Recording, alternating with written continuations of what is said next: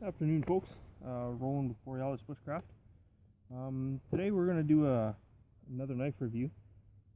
Fire hazard's still fairly high out in Manitoba here where we are. But we are going to review a knife that I got locally in Winnipeg from 762systems.com. It is a review of the M-Tech Extreme series, and the knife code is MX8054. So this was a knife that is I believe it's had some notoriety over the years, and there's been lots of variations. This is a variation on the tracker design. As you guys have seen in my other latest video, the Tops Tom Brown tracker. This is a slight variation on that design in a little bit more tactical fashion. So you bushcrafty folks are going to cringe a little bit when you see the design. But yet again, for the price point on this knife, which is well under $100, comes with G10 scales, full tang. Okay, it's gonna be quite controversial, but what I'm more interested in is they actually got the grind on the draw knife and quarter rounder section right. So we're going to see a side of this Tanto style point, which I can see some definite uses for it. We're going to see how this performs on some bushcrafty type tasks. Feels really good in the hand, guys. This is brand new, out of the box, has not been sharpened. So we're gonna see what we can do with this. This is actually a knife that I gave to a friend of mine, and he's loaned it back to me for the sake of this review, but he couldn't be here today, otherwise I'd be getting him to use it as well. Anyway, M-Tech Extreme, and we'll see if we can do a kind of a side-by-side. You guys can sort of see the profiles. The tracker is actually quite a bit bigger than this knife is. Tracker is quite a bit thicker. This is a 3/16 stock. The tracker is 1/4 inch. It's got very pronounced finger guard here. So we're going to see how this does. Couple of different tasks. So before we get into that, let's get some of the other stuff out of the way. Comes with a sheath. Nothing crazy, guys. Typical, just your basic nylon type sheath. Snap closure. Fits the knife okay. Got a little bit of a drop leg style design, leg loop that you could use or not use, depending on your choice. We're not going to be really doing much with the sheath today. Other than that, I'll show you guys how it fits in there after the fact. But let's get down to some sort of bushcrafty type chores. Again, this knife is brand new out of the box, has not been sharpened, nothing. So we'll see what we can do. Well, first let's start off with a little bit of light batoning. Now, what I mean by light batoning, guys, is you see a lot of YouTube videos out there where guys are batoning like 12-inch logs with their knife. You know what? Not what a knife's designed for, fellas. If you're going to be processing wood that big, use an axe. Right? Just that simple. The act of batoning in and itself does put some stresses and abuse on knives. I do it for light testing. It's not the end all be all of strength tests on a knife. But if I'm going to carry a knife, I want it to be capable of at least some light duty batoning. Now, by light duty, I mean, if I got to break into a piece of wood for dry tinder or kindling, I want to be able to get into the center of that. And typically, I usually carry knives of about 4.5 to 5.5, top 6 inches in blade length. With that, I should be able to get through, you know, 3-inch, 4-inch log no problem. And in doing so, unless you're in a rainforest, the center of that wood's going to be dry, and you're going to be able to process dry tinder out of it. So baton today is something I used last time, just a semi-green piece. I'm going to start out and I'm going to drive the knife. This is just poplar too, fellas, nothing crazy. I don't have a whole lot of oak. We're in the location that I am, right? So we're not going to punish this thing all that bad, but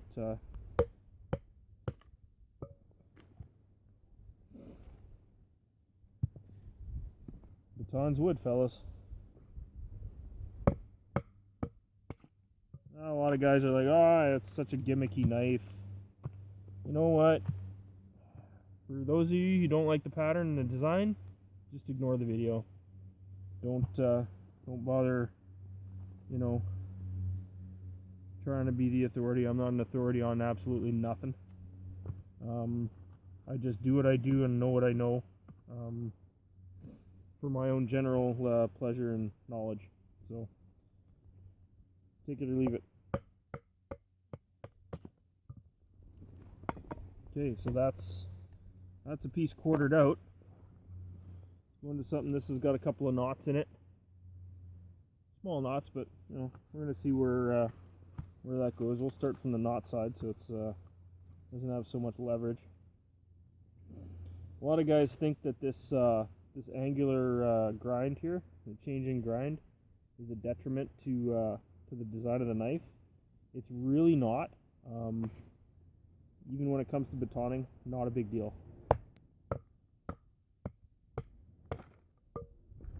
Alright. Run through the knotty section, no problem.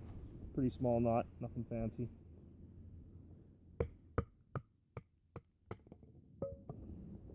Alright, so baton's kindling just fine.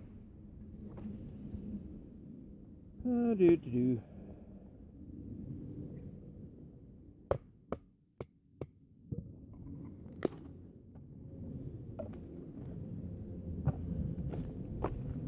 be honest, guys, I'm not expecting any failure points. So the blade on this knife has coating very similar to titanium nitride. I don't know if that's exactly what that is, but it seems to be holding up quite well. There's really not much in terms of marks. There's a little bit of just powder from the poplar on there, but nothing crazy. So I'll find a little bit nicer piece. This isn't too bad.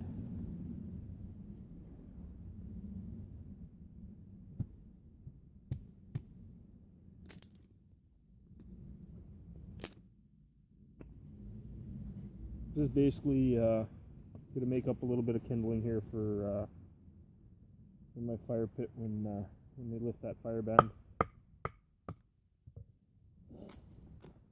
Not chancing a fire tonight. Still pretty dry out here. Everything is greening up quite nicely, but still prudent planning. So, a smaller piece here. Carving ability wise, the knife is actually quite comfortable. There are certain ways that you could choke up. There's no choil up in here, but you can choke up if you don't grasp that too tight with your finger. Seems to carve okay.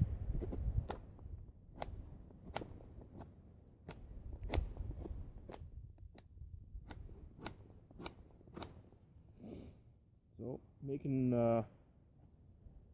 shavings isn't too much of a problem. I'm gonna pile up some wood here so I don't drive the point of the knife into the ground here. There's still some stones and stuff around. Going to oh, grief. Sort of a flat surface here.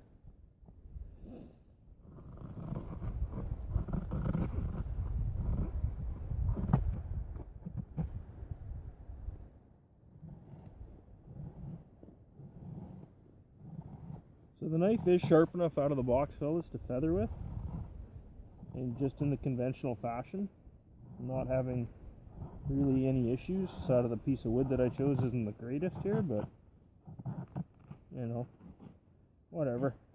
Who really cares? You just create surface area. That's what feathering's for. So, not the greatest shavings in the world, but you know, definitely functional.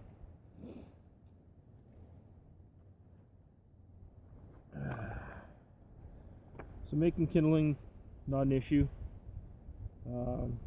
General carving task, the draw knife portion of the knife in here is actually quite nice to use. I would probably tune it up to my sharpness level if I choose to pick one of these up. I'm going to split this out.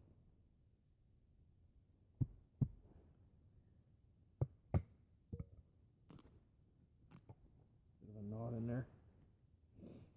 So, just regular hammer fist power cuts, not much of an issue. Chest lever grip with the hook, gonna be a little bit not gonna be able to grab the knife for chest lever all that comfortably. There's definitely some aggressive handle scales on this sucker. So I mean, obviously it's designed as a tactical fighting knife, but you know, we're putting it to some survival / bushcraft type uses here, so bear with me. Chest lever grip.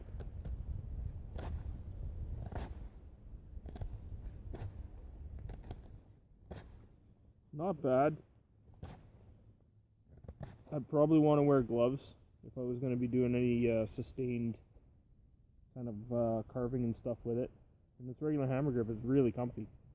And, you know, for the couple minutes that I've, you know, just used it, I don't foresee any major hot spots. The spine of the knife on the grip is quite rounded, and it fills the hand really nice.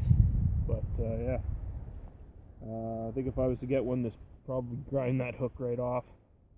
I don't care for finger guards much, and then it would actually probably perform in chest lever a little bit better. But again, not exactly a bushcraft knife, fellas. It's kind of, they've taken a bushcraft survival type knife or a woods knife and turned it into a tactical knife. However, right, and I do believe that this design of knife was, or this particular knife was featured, I think, in Call of Duty Ghosts, if that means anything. I know it's in our video games. One of the other features that I kind of want this knife to be able to perform is strike a fire steel. Oy. I didn't bring my normal fire steel, but I do have the one on my keys. It's just a cheap $5 Coghlan's rod. And ditch the carabiner. I can't lose that. Work truck keys. Just a cheapo rod.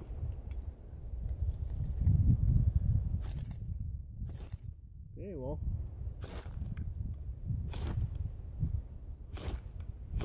That's factory 90-degree spine, guys. It does throw. Sparks quite well, even off the cheap rod. So, not an issue there. There's lots of surface to strike off of, actually. That gym portion is probably the best right there, where that thumb ramp's supposed to sit. So, no problems starting to fire with a fire steel with this knife. Put that back already. Put that something on the pack. Okay, so that being said, for striking the fire steel, I'm going to go into basically cut a green sapling. I'm going to go into some peeling.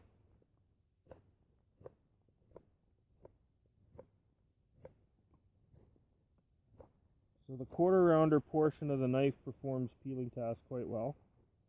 Now, the radius back spine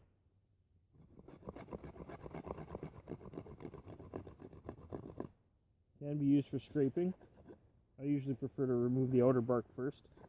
When I do that, it tends to make a smoother surface. And I'm barely putting any pressure on this to peel, so it's just letting it glide. So peeling that cambrium layer off is actually working quite nicely. Nothing fancy. So it does peel, which is another task that I kind of like my knives to have, is that 90-degree spine, so I can save my edge instead of using my edge to peel with, which also does work quite well. Notching. We've chosen a green stick for this. I'll do it on the bark end so you guys can see the notch a little bit more clear. Just do a standard number 7 notch for 10 steak. Yeah. You're rocking the knife, creating your stop cut, and carving it out. Going back in.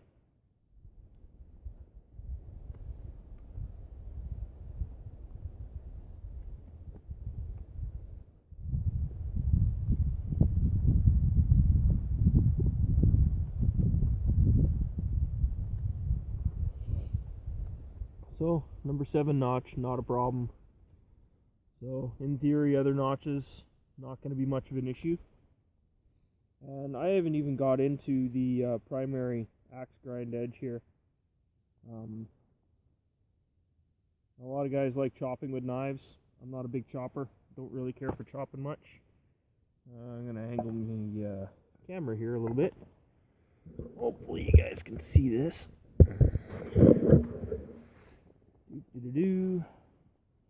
Might get my hands without my face, if that's okay. So, I'm going to use a longer piece of poplar for my anvil log. This could have cut the end off this green sapling. So again, you got multiple grip positions here. You move your hands back. So we'll go to the furthest back, comfortable position.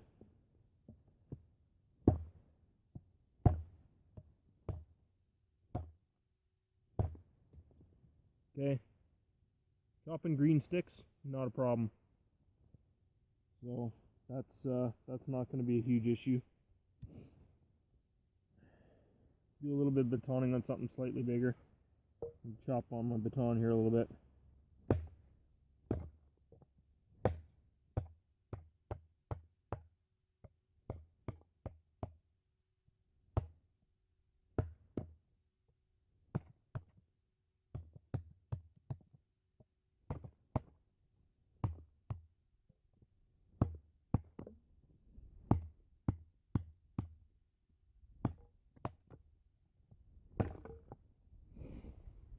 Chops through wood, guys. Might not be pretty, but definitely functional for the weight of the knife. Definitely didn't get through it as quick as my tops tracker did, but you know what? Whatever. Not, still got enough of baton here. Okay, so we know the chopping grind portion works. Now, guys are sitting there wondering, well, what are you going to do with that tanto point? Well, from a bushcrafting task point of view, how handy would a chisel be in the bush, guys? That is almost basically a 1-inch chisel grind right there, almost. Just double. So, that being said, the front portion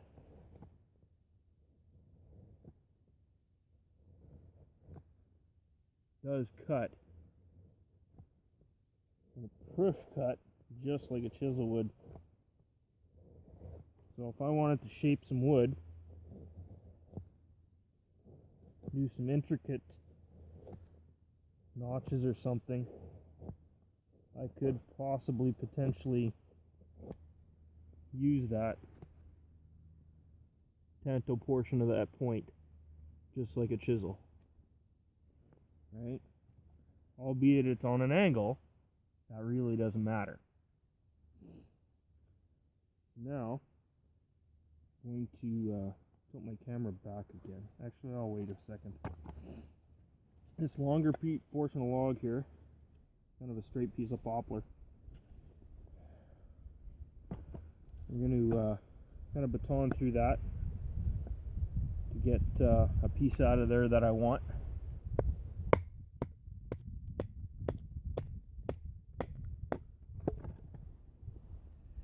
Something that's got some straight grain to it.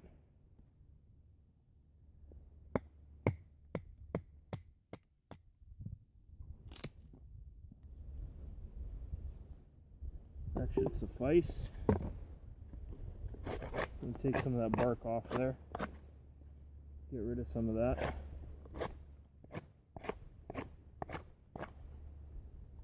Okay. That being said, now the quarter rounder portion of the knife right in here, on other videos with my regular tracker, I use it to make feathers. And the way I do that is I find the dimension on which way I want to have my knife. Find the section that's not going to be too much of a fit here. Let's split this again.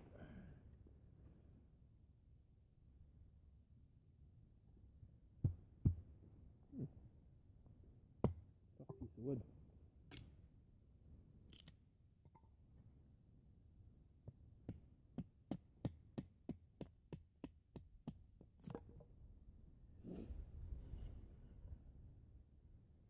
Okay, let's try this. Let's see if I can move you guys a little bit closer to where I am here. Sorry for all the camera work malfunctions. Okay, so quarter rounder.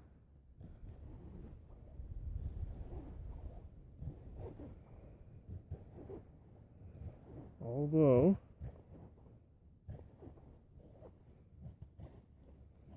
I would want this sharper.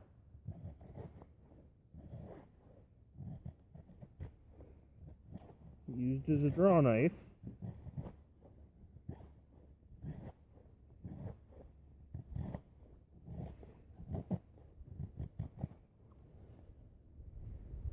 Does produce curls. So I think with a little fine tuning of the edge, I think it would actually produce fairly decent curls for kindling. This way.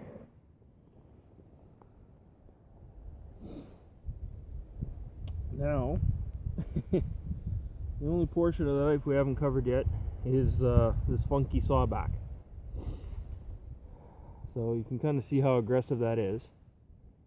Now, they've gone and done a swedge grind on the spine of this knife.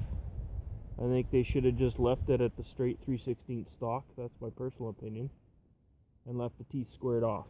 Then you would actually have a functional saw. However, they did not do that. So, on this sapling, we were going to see what kind of function that we can actually get out of this. We got some curls, kindling, whatever. Let's see if I can tip you guys down a bit to see this.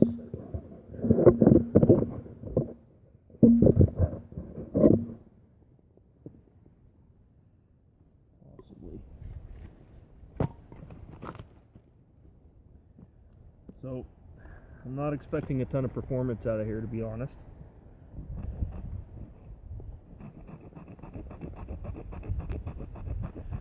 On the regular tracker, it is designed for not doing square notches, trapping in certain crafts, and thus it does actually cut wood quite well for that. It's starting to drizzle out here. Good old good times. However, it does cut a groove. Now whether that's going to be functional or actually making a trap, it all depends. Would work good for scoring, for running cable around it, go slowly around and make a really nice groove for rope, paracord, for tent stakes or whatnot, but quite a bit of work. That's why the number 7 notch is so quick and easy. So that wedge grind does limit the knife a little bit in terms of the function of this the sawback.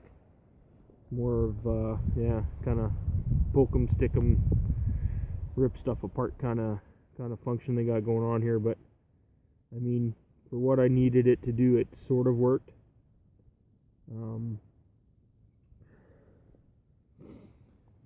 But all the primary edge grinds on this knife worked quite well. There's provisions for putting lanyards. Not bad. It's got an extended pommel for pounding on. Blade steel's 440C.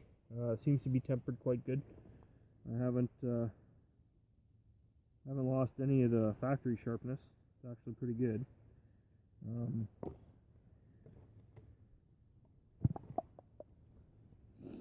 Primary grind, still quite sharp. Haven't hardly used it, but let's see if I can get a depth of got some things going on my camera here. It's bugging me.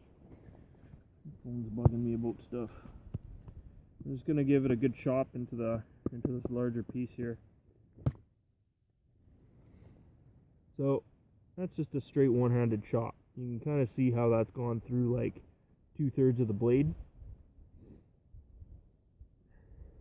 So it's got some the geometry on the primary grinds is actually quite good. With some tuning, I think it'll be even better. So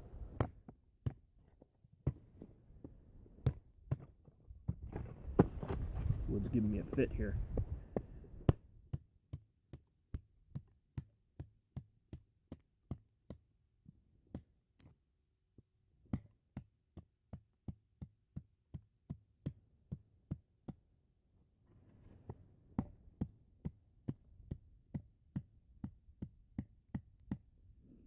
Now, a lot of guys, when they go and they try and use a knife or, you know, hatchet or whatever, they try and go back and forth. Back and forth. You know what, fellas? You just make cuts going around in the same direction. Until you get through your chunk of wood.